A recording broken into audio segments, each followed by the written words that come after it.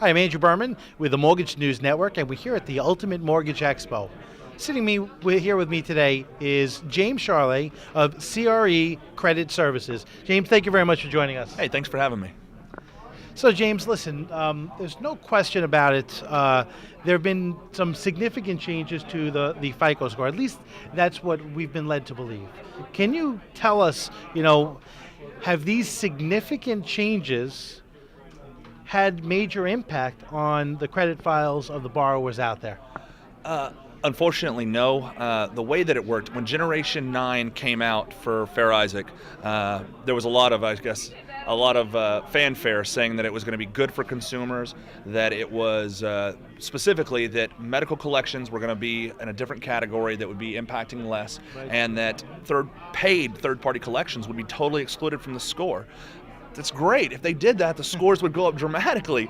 The problem is their customers aren't you and I. Their customers are the banks. And if the banks didn't want paid collections in the scores, if the banks didn't want medical collections to match regular collections, then they wouldn't have done that to begin with. Fair Isaac sells products that Bank of America and Citibank and Chase want to buy. Yeah. And they wanted those things in there. So Generation 9 is out there, and it's a great consumer advocacy tool for Fair Isaac that, hey, we're the good guys, we put this out there, but nobody's purchasing it, nobody's using it.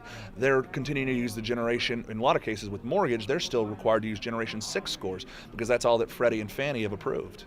So, James, thanks. I appreciate your feedback on that. I was worried that your answer was going to be that, but so listen, I got to ask you, and we're going to talk about the elephant in the room. Sure.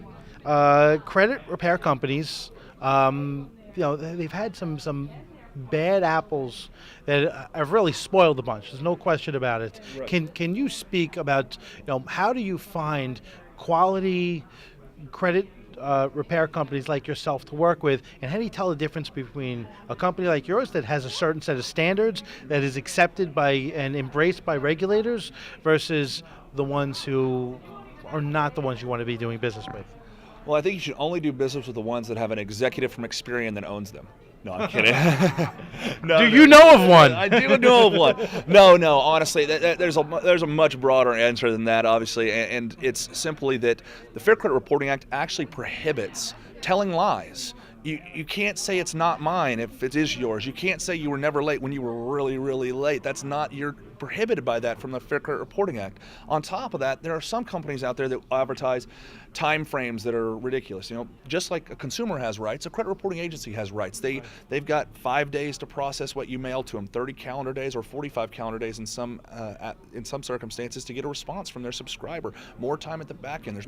Nobody can promise a result faster than that unless they're doing something illegal. And there are companies out there that forge police reports and create fake social security numbers, or what they call credit privacy numbers. And credit privacy numbers are one of those things that there's a legitimate reason, if you're Angelina Jolie or Barack Obama, for you to have a credit privacy number, because it has to do with intent. And the companies that do that kind of swivel that around and say, well, CPNs are legal. Yeah, but intent matters. If your intent is to defraud the banks and create another profile so that your actual bad history is not viewable, that's illegal, and intent does matter in those kinds of situations. So, James, thanks. I appreciate the perspective about that. So, listen, there's no question about it. We're at one of the greatest conferences in the country. We have some great education here, learning about great professional development. I can throw a rock and hit Bourbon Street. I mean, how could it be bad? That's great. So speaking of that, you got to tell me, James, what's your favorite place to eat here, favorite place to listen to music, or favorite delicacy that you always have to have every time you come to New Orleans? Let's see. For food, I got to go with probably Court of the Two Sisters. That is some good stuff.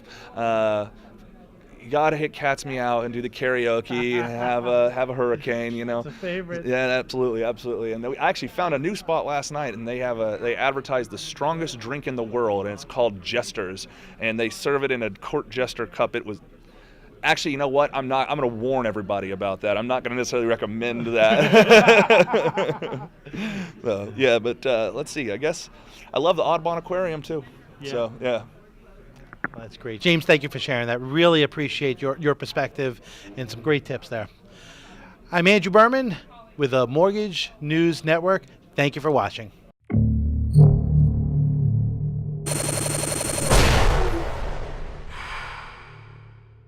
This is Mortgage News Network.